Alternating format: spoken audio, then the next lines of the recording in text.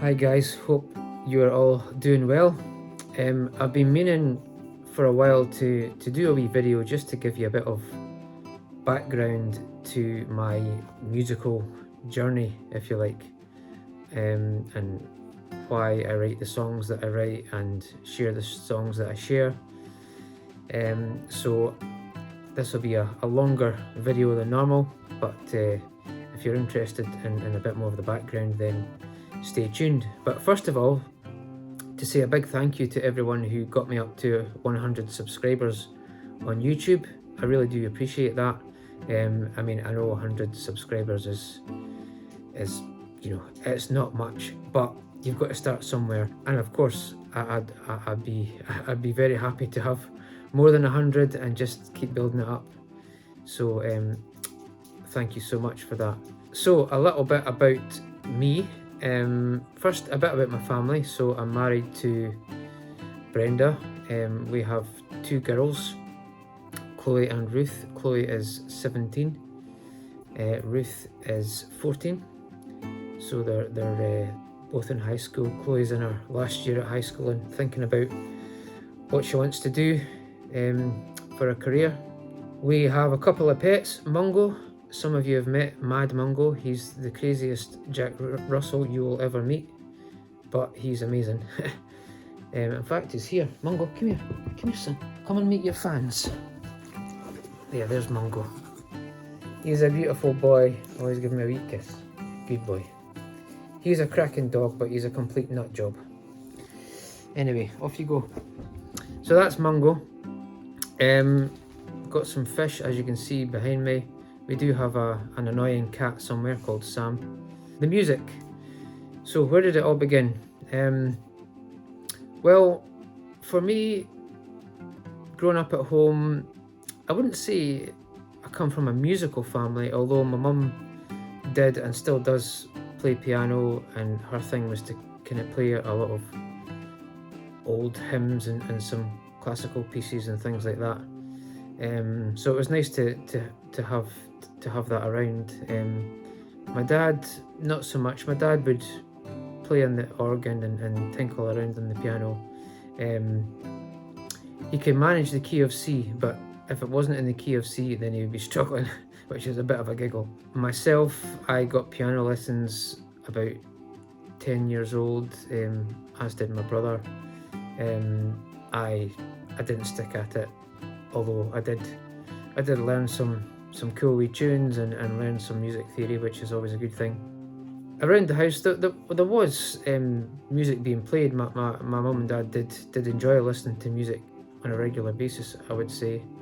My mum would enjoy her classical music, and we did have some kind of half decent stuff. I mean, my parents didn't have a kind of vast record collection or anything, but they did have some stuff that I liked. They had some John Denver, and I ended up getting one of his songbooks and learning some of his songs. They had some ABBA albums, and I think, even to this day, I think as far as pop music is concerned, I think ABBA are one of the best pop bands ever. Just their arrangements, their musicianship, their songwriting is just top drawer, brilliant. So I love listening to ABBA. They had some Beatles singles. They even had Bohemian Rhapsody by Queen. They had some guy called Bert Weedon, who I think was a guitarist. They had some Cliff Richard. They had the Shadows album.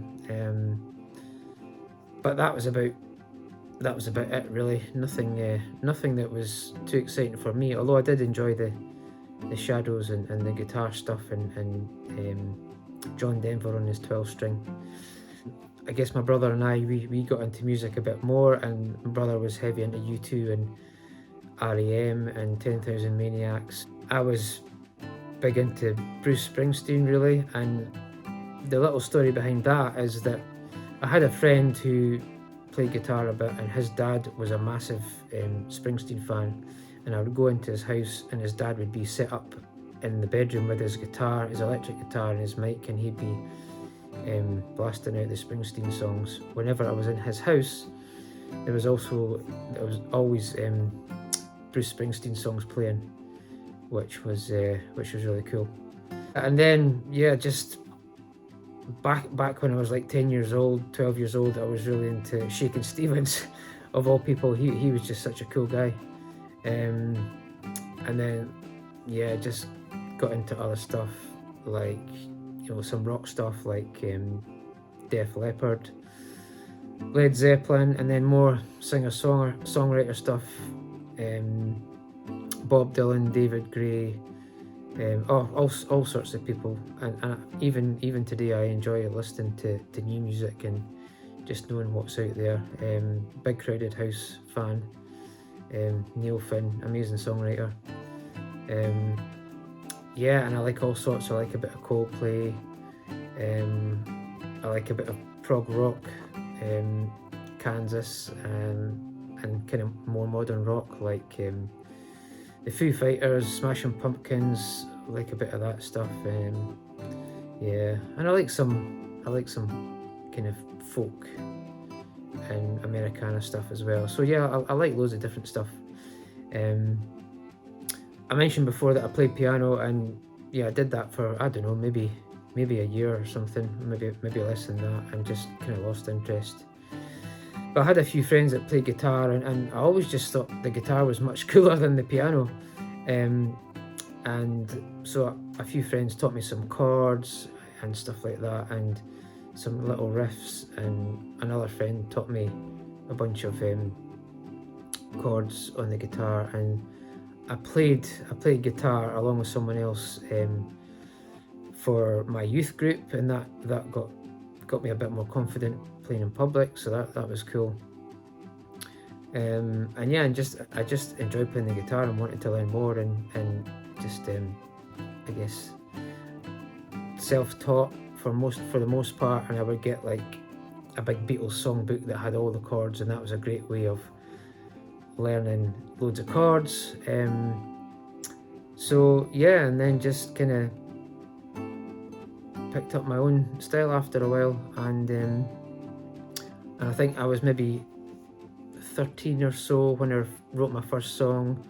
And then it just so happened that there was a few weddings coming up, sort of around the age of sort of between 15 and 20, and I was asked to sing some songs at people's weddings, and I think I wrote a couple of songs for some weddings, and again that got me a bit more confidence in public performing. And then a bit later into my 20s, doing some open mic stuff and having the odd little gig here and there, doing some church gigs, and then got into leading worship at church sort of later on in my 20s. And again, that was all good experience, and how to give a good live performance. And then having messed about writing some songs, a few people had said, oh, your songs are good, you should record some songs. So did a couple of kind of rough demos, and eventually worked up to doing a few albums. That's kind of a bit of my journey. And then let's fast forward to 2020, the year that none of us will forget with the lockdown and stuff. And I had a YouTube channel, but I didn't really put much on it, and I just decided it's about time I shared a bit more of my music, some cover songs and some of my own songs. And during the lockdown period, I was still working at the start of the lockdown, but mostly from home, so I took that opportunity to just get some more stuff out on YouTube. And anyone that started a YouTube channel, particularly with music, will know that it takes a heck of a long time to kind of build that up and even get to your first 100 subscribers. But that's what I did. As I said before, I've got a few albums under my belt now, which I'm really proud of. But there's always stuff to learn. There's always stuff where you think, oh, I could have done a bit better with that song, or I maybe would have arranged this song differently, or whatever. There's always stuff to learn, and the more songwriting you do, the better you get. You may have noticed that if you've listened to any of my songs, that there is a kind of faith element to it. My Christian faith is a big part of my life. Jesus is a big part of my life. I write about spiritual things like faith, God, how to, I guess, how to live the Christian life, as well as, you know, writing other stuff about people that inspire me and stuff. And the intention with my music, whether it's a recorded album or EP or a single, or whether it's something on YouTube, my intention has always been to bless and encourage the listener. I'm not really kind of looking for, you know, like 1 million subscribers or whatever, necessarily, although I wouldn't say no to a few more because it helps to get the music out there. But that's not really my intention. I'm not doing music full time. I still have a full-time job and a family to feed. I mean, who knows what might happen in the future, but at the moment I'm just content to share my music and to bless others, and for those in the Christian community to encourage them in their faith. Oh, and by the way, if you're listening to my music and you're not of the Christian faith, and that's okay, but you're very welcome to come and listen to my music. It's not exclusively for Christians, although, as I say, I do that is a lot of the inspiration behind my songs is my faith. So yeah, I think that's about it really.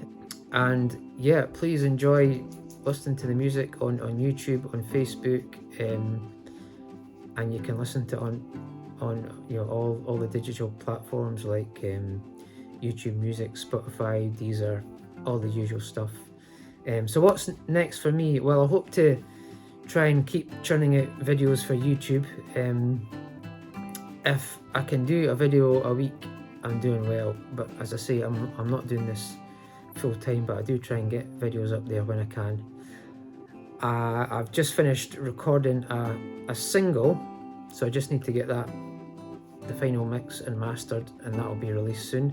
So I'm really excited about that, and that'll be part of an EP, probably of about 4 songs, which I'm working on just now. That'll come out. The single will come out in November. I don't have a date yet, but it'll be November, and the EP into the new year for the full EP. But look out for that. And yeah, just to finish by saying, if you've managed to the end of the video with me rambling on, I do appreciate that, and I hope it's helped you get some context from my music. Please keep listening, please keep encouraging me, because you know I get discouraged. I'm human. I need encouragement just to keep using the gift that God's given me and blessing others. So any encouragement you can give me is welcomed. So thanks for listening. If you know of any others who you think would appreciate the music as well, please do share it, and yeah, stay tuned and listen out for some new music coming very soon. Take care, and God bless.